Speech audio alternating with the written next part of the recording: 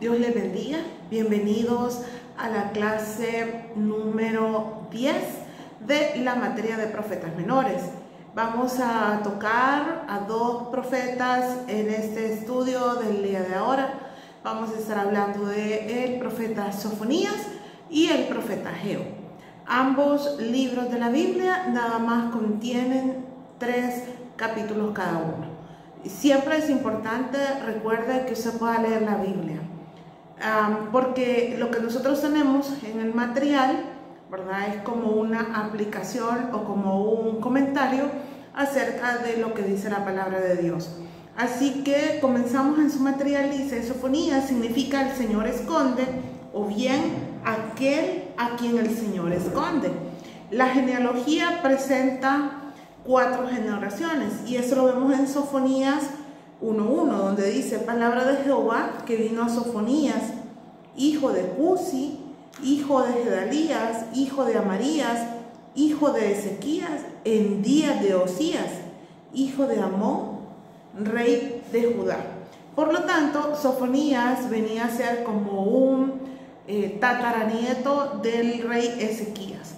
Este profeta, ¿verdad?, Sofonías, profetizó aproximadamente medio siglo después de Nahum, en el reinado de Josías. Manasés y su hijo Amón habían sido reyes impíos, pero Josías, hijo de Amón, fue un soberano temeroso de Dios. Ustedes se recuerdan de este rey, ¿verdad?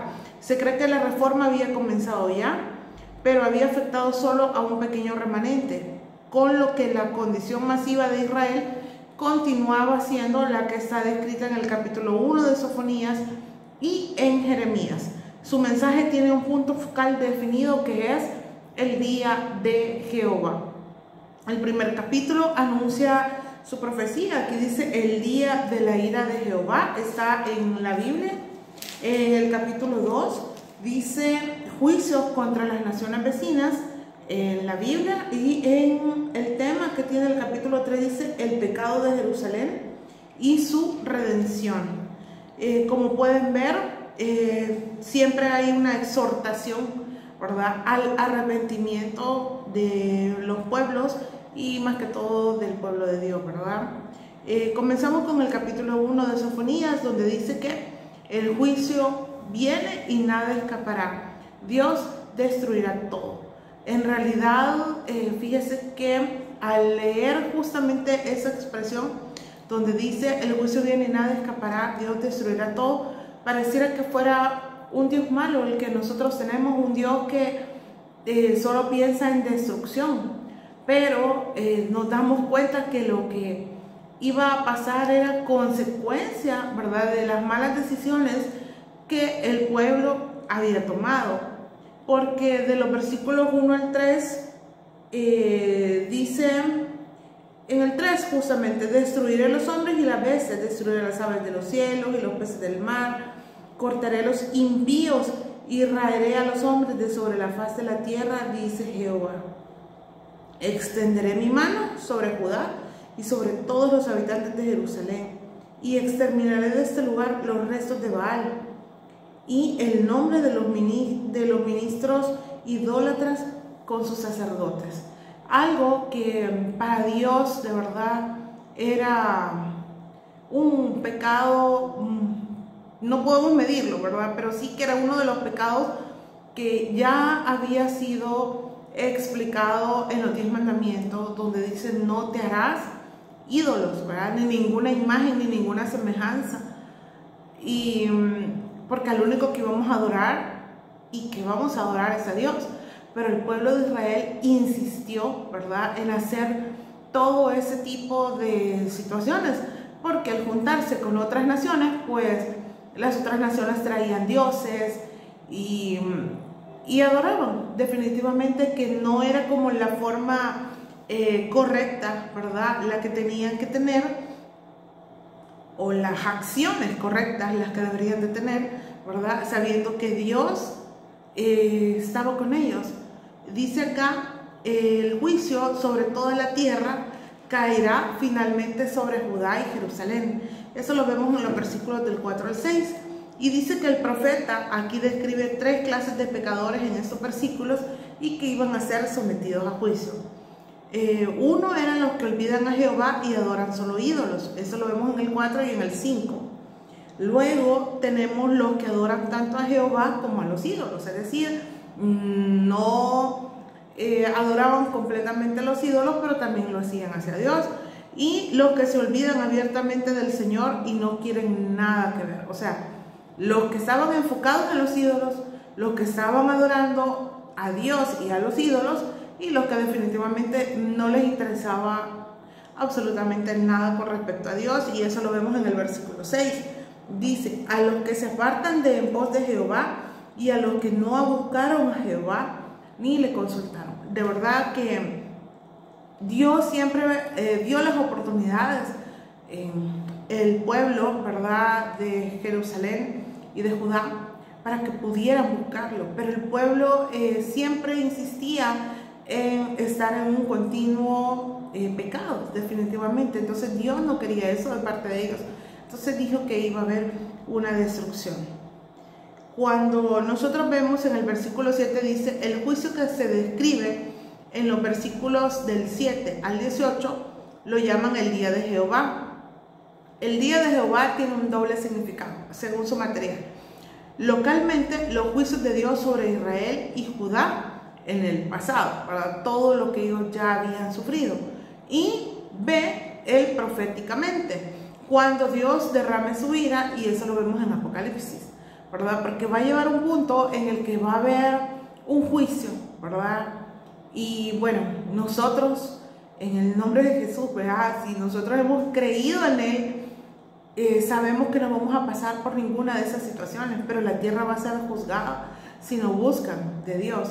Y eso lo vemos más adelante, ¿verdad?, en Apocalipsis, que esa es otra materia. Definitivamente no vamos a entrar en ese punto. Dice: en el caso del día de Jehová sería la invasión babilónica. Sofonías ve esta invasión como un gran sacrificio y los convidados son los caldeos.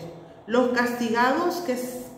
que serán castigados son, lo vemos en los versículos del 8 al 9, donde dice que serían los nobles, los incluidos en una familia real, los que despojan y roban a sus conciudadanos y los comerciantes deshonestos. De eso habla los versículos 8 y 9.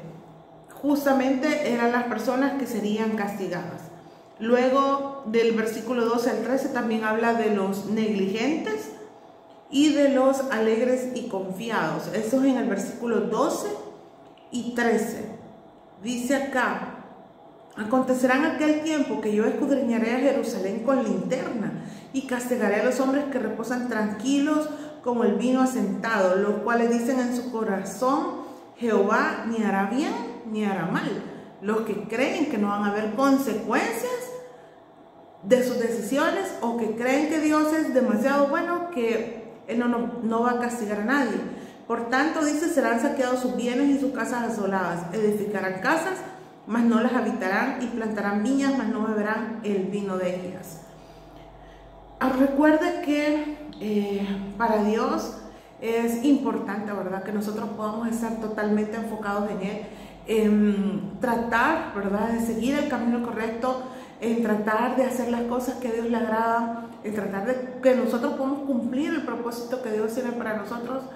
Pero el mundo siempre nos va a distraer y entonces caemos en pecados, y el pueblo había caído en muchos pecados. Entonces Dios estaba tratando acá de decirles: miren, o sea, en realidad va a llegar un día en el que todo eso se va a acabar, porque yo no voy a poder seguir, ¿verdad?, teniendo misericordia de ustedes. Tienen que pagar por las consecuencias, son las consecuencias de sus pecados, ¿verdad? En los versículos 14 al 16 dice que hay 11 palabras diferentes para describir el día de Jehová. Luego de los versículos 17 al 18, incapaces de hallar escape, los habitantes de Judá y Jerusalén irán como ciegos, ricos y pobres sufrirán por igual, ni el oro ni la plata los salvará. Definitivamente que esta era una total advertencia a todo lo que iba a pasar. Luego tenemos Sofonías capítulo 2. El profeta se vuelve a Jerusalén y a Judá y suplica al pueblo que vuelvan a Jehová y se arrepientan de sus pecados.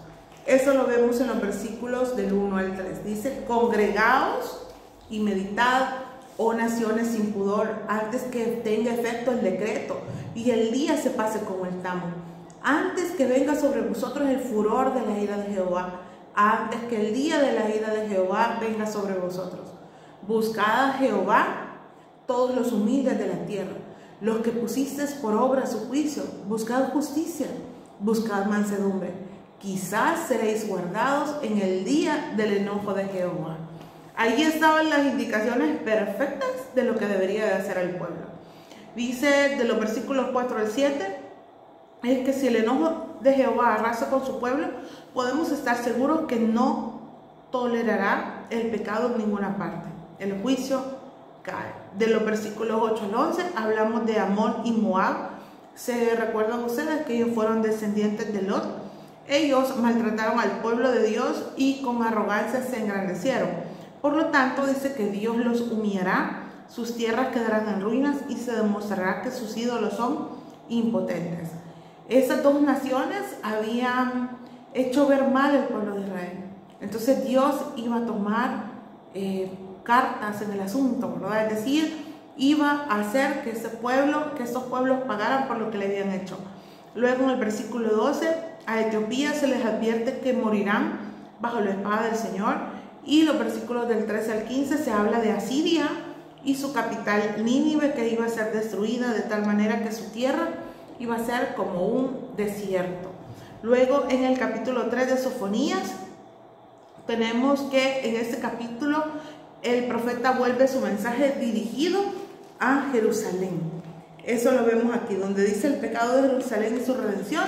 Eso lo tenemos en la palabra como título. Dice, ay de la ciudad rebelde y contaminada y opresora. No escuchó la voz de Dios ni recibió la corrección.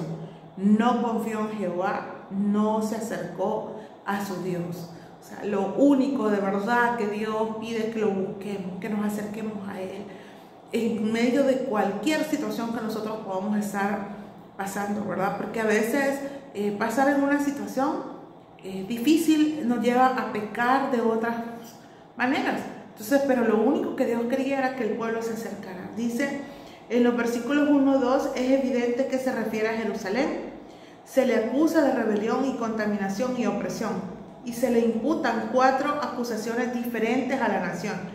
No obedeció a la voz de Dios, no recibió la corrección, no confió en el Señor, sino en sí misma. Confió en sus ídolos y en sus aliados, y no se acercó a Dios. Justamente esas 4 cosas lo vemos en el versículo 2 que acabamos de leer. Vean que es importante que lo que nosotros tenemos que hacer es lo contrario a lo que ahí dice. Ahí dice, no obedeció a la voz de Dios, tenemos que escucharla. No recibió la corrección, tenemos que recibir esa corrección. No confió en el Señor, nuestra confianza tiene que estar en Él. No se acercó a Dios, nosotros siempre, cualquiera que sea la circunstancia, sea buena, sea difícil, nosotros tenemos que buscar a nuestro Dios.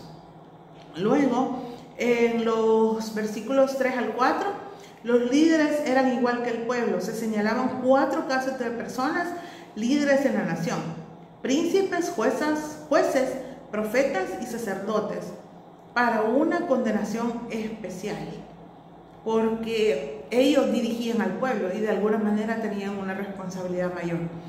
De los versículos 5 al 7, mediante castigos y advertencias, Dios sigue manifestando su justicia, pero los impíos no tienen ninguna vergüenza que pueda conducirlos al arrepentimiento. Dios habla esperando que al ver los castigos impuestos a otras naciones, su pueblo se daría por aludido y se volvería a Él. Viendo lo que le iba a suceder a los demás, pues Dios esperaba que ellos volvieran su corazón hacia Él. Definitivamente que Dios siempre creía que nosotros, cree que nosotros podemos ser mejores. Siempre va a pensar eso, ¿verdad? Y siempre va a creer que nosotros podamos estar en un nivel diferente de intimidad con Él, de comunión con Él, porque probablemente lo tengamos y está bien, pero Dios siempre va a creer que nosotros estemos cada día más y más cerca de Él, así como lo hizo con el pueblo de Israel. En el 8 se le exhorta a los piadosos del pueblo del Señor a que lo esperen y confíen en Él. Eso lo vemos en el 3:8. Dice, por tanto esperad, me dice Jehová, hasta el día que me levante para juzgaros, porque mi determinación es reunir las naciones, juntar los reinos, para derramar sobre ellos mi enojo. Todo el ardor de mi ira por el fuego de mi celo será consumida toda la tierra. En aquel tiempo devolveré yo a los pueblos pureza de labios, para que todos invoquen el nombre de Jehová, para que les sirva de común consentimiento. O sea, que lo único que Dios quería era que volvieran su corazón. Y definitivamente que al pueblo le costó mucho entender este punto. Dice los versículos 17 y 18 de este capítulo 3, la razón del regocijo se da en este versículo. El día del juicio y el castigo de Israel ha pasado. Ya han sido echados fuera todos sus adversarios y el Señor está en medio de ellos. No tiene causa alguna por qué sentir temor. Eso lo vemos de los versículos 15 al versículo 17, donde dice: Jehová ha apartado tus juicios, ha echado fuera tus enemigos. Jehová es rey de Israel en medio de ti, nunca más verás el mal. En aquel tiempo se dirá a Jerusalén: no temas, Sión, si no se debilita en tus manos. Jehová está en medio de ti, poderoso, Él salvará, se gozará sobre ti con alegría, callará de amor, se regocijará sobre ti con cánticos. Y este es uno de los versículos más icónicos que nosotros podemos encontrar en el libro de Sofonías, y es algo que de verdad tiene que inspirarnos, ¿verdad? Porque dice: Jehová está en medio de ti, poderoso, Él salvará. Y yo creo que tomar esa promesa de Dios para nuestras vidas aún en este tiempo es válido. Así que eso es lo que nosotros tenemos que hacer: reconocer y creer, ¿verdad?, que Dios siempre nos va a salvar de lo que sea. Y luego nos vamos al capítulo primero del libro de Ageo.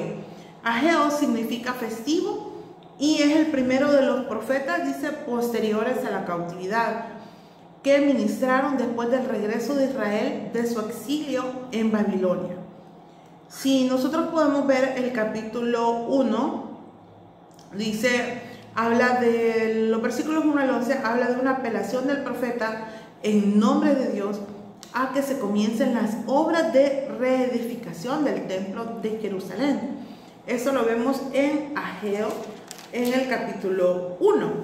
Versículo 1 dice: en el año segundo del rey Darío, en el mes sexto, en el primer día del mes, vino palabra de Jehová por medio del profeta Ageo a Zorobabel, hijo de Salatiel, gobernador de Judá, y a Josué, hijo de Josadac, sumo sacerdote, diciendo: así ha hablado Jehová de los ejércitos, diciendo: este pueblo dice, no ha llegado aún el tiempo de la casa de Jehová sea reedificada. Entonces vino palabra de Jehová por medio del profeta Ageo, diciendo: es para vosotros tiempo, para vosotros de habitar en vuestras casas artesonadas, y en esta casa está desierta. Ellos venían de la cautividad que habían estado, pero ellos no querían restaurar el templo. Entonces les estaba diciendo: ¿cómo es posible que sus casas estén bien y el templo no esté como debe de estar? Y entonces los líderes que estaban en ese tiempo, estamos hablando aquí, vimos que era Zorobabel y Josué, que era uno de los líderes que tenían en ese momento. A estos líderes es que Ageo, ¿verdad?, hace como la referencia. A ellos dirige esta profecía. Ageo comienza con un reproche por la indiferencia del pueblo, manifiesta su excusa para no construir el templo, contrasta dos hechos lamentables. No es el tiempo para edificar un templo, pero tenéis abundante tiempo para construir casas lujosas, ¿verdad? Es lo que le decía, sus casas estaban bien, porque esto fue después de la cautividad, pero la casa, el templo de Dios, no estaba en las mejores condiciones. Dice acá que el Señor les exhortó a Israel para que en medio de su pecado consideraran sus caminos. Este es un llamamiento favorito de Ageo, que lo emplea en los versículos 5 y 7 y en el 2.8. Es un mandamiento de autoexamen. Deberían juzgar la naturaleza de sus obras por los resultados que obtenían. Es necesario mostrarle a un pueblo egoísta y egocéntrico que la pérdida enorme era descuidar la casa o la obra de Jehová por sus propias ganancias materiales, descuidarlo de Dios, ¿verdad?, por las cosas de ellos. En el versículo 8 se le informa al pueblo al respecto el remedio para sus males. ¿Y cuál iba a ser ese? La reedificación de la casa de Jehová. Eso lo podemos ver en Ageo, ¿verdad?, de los versículos 5 al 8, que es importante, como le decía yo, que siempre vayamos leyendo la Biblia a la par de que vamos leyendo el material que acá tenemos. Luego, si nos vamos al capítulo 2, dice, hay un mensaje de aliento del Señor, y eso lo vemos de los versículos 1 al 9, donde dice, ya habían estado trabajando durante cerca de un mes en la reconstrucción del templo. Muchos estaban haciendo comparaciones entre ese templo y el de Salomón. El pueblo necesitaba ánimo y esperanzas para combatir el desaliento. Y eso lo vemos en los versículos del 1 al 4 del capítulo 2 de Ageo, donde dice, en el mes séptimo, a los 21 días del mes, vino palabra de Jehová por medio del profeta Ageo, diciendo, habla ahora a Zorobabel, hijo de Salatiel, gobernador de Judá, y a Josué, hijo de Josadac, sumo sacerdote, y al resto del pueblo, diciendo, ¿quién ha quedado entre vosotros que haya visto esta casa en su gloria primera? ¿Y cómo la veis ahora? ¿Es ella como nada delante de vuestros ojos? Pues ahora, Zorobabel, esfuérzate, dice Jehová, esfuérzate también, Josué, hijo de Josadac, sumo sacerdote, y cobrad ánimo, pueblo todo de la tierra, dice Jehová, y trabajad, porque yo estoy con vosotros, dice Jehová de los ejércitos. Ageo, por medio de esta profecía, estaba animando tanto a Zorobabel como a Josué para que pudieran seguir, ¿verdad?, impulsando al pueblo a construir el templo. Y ahí Dios les estaba diciendo, yo estoy en medio de ustedes, ¿verdad?, no teman. Y yo creo que ese mensaje de aquel tiempo es válido para hoy en día, y Él siempre va a estar en medio de nosotros, siempre y cuando nosotros no nos apartemos de Él y dejemos el pecado a un lado y tratemos de enfocarnos en Él. Y si Él está con nosotros, pues ¿de qué tenemos que temer? Dice de los versículos 5 al 9, Dios les anima recordándoles el pasado y anunciándoles un futuro lleno de gloria, cuando el Mesías, Señor de todo, viniese al templo. El versículo 7 dice, 2:7, y haré temblar a todas las naciones, y vendrá el deseado de todas las naciones, y llenaré de gloria esta casa, ha dicho Jehová de los ejércitos. Luego tenemos acá en los versículos 15 al 16, a pesar de su pobreza, el pueblo seguía aportando sus ofrendas, los cuales no habían sido aceptables, lo que era evidente por la retención de las bendiciones de Dios. Ahora pues, dice el versículo 15, meditad en vuestro corazón, desde este día en adelante, antes que pongan piedra sobre piedra en el templo de Jehová. Antes que sucediesen estas cosas, venían el montón de 20 efas y hasta 10. Venían al lagar para sacar 50 cántaros y hasta 20.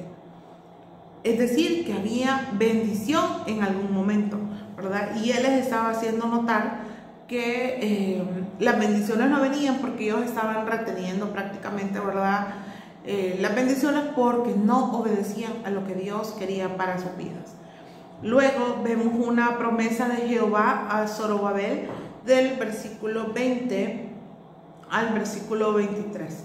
Dice, este mensaje final, predicado el mismo día del tercer mensaje, fue dirigido al gobernador personalmente. Sin duda, Zorobabel necesitaba un estímulo especial. ¿Por qué? Porque él, ¿cómo se llama?, personaje importante como líder, ¿verdad?, de ese lugar, era alguien que debería de alguna manera tener, ¿verdad?, como el valor, confiar en algo, saber que Dios estaba con él, pero veía que el pueblo no. Y Ageo, ¿verdad?, que solamente tiene 2 capítulos, creo que había mencionado que tenía 3, el que tiene 3 es Sofonías, y aquí vemos 2 capítulos en el libro de Ageo, donde este mensaje creo yo que es como inspirador, ¿verdad?, para la vida de Zorobabel. Dice, fue dirigido al gobernador personalmente. Sin duda, Zorobabel necesitaba estímulo especial al dirigir la obra de Dios. Tal vez Zorobabel vio a los grandes imperios que lo rodeaban y temía por el futuro del remanente de los judíos, pero Dios estimuló la fe del gobernador. Era como para animarlo y decirle, tú puedes hacerlo, yo estoy contigo, confía en mí. Y yo creo que esos mensajes los recibimos de Dios a través de muchas personas. No necesariamente tiene que ser una profecía directamente para nosotros, o escribir un libro para nosotros. Tenemos a Ageo aquí. Si Dios habló a través de Ageo y le dijo eso a Zorobabel, podemos tomar esas palabras también para nosotros, ¿verdad? Porque si en algún momento algunos como líderes necesitan ánimo, leamos la palabra, ¿verdad? Porque la palabra es la que nos va a animar a seguir adelante, porque llevar a cabo la obra de Dios no es fácil. Para Zorobabel no fue fácil, y yo creo que para estos tiempos tampoco, pero tenemos a Dios de nuestro lado, y Él es el único que nos va a ayudar a salir adelante. Gracias por llegar hasta acá. Bendiciones.